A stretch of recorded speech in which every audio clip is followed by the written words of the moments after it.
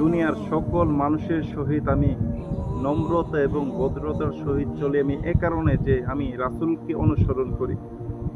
দুনিয়ার সকল মানুষের কাছ থেকে আমি দুঃখ কষ্ট পাওয়ার পরেও তাকে ক্ষমা করে দিই এ কারণে যে আমি আল্লাহ পাকের বিধান মানি। রাসূলের তরিকা এবং আল্লাহ তাআলার বিধানেই রয়েছে মানব জাতির সকল সফলতা।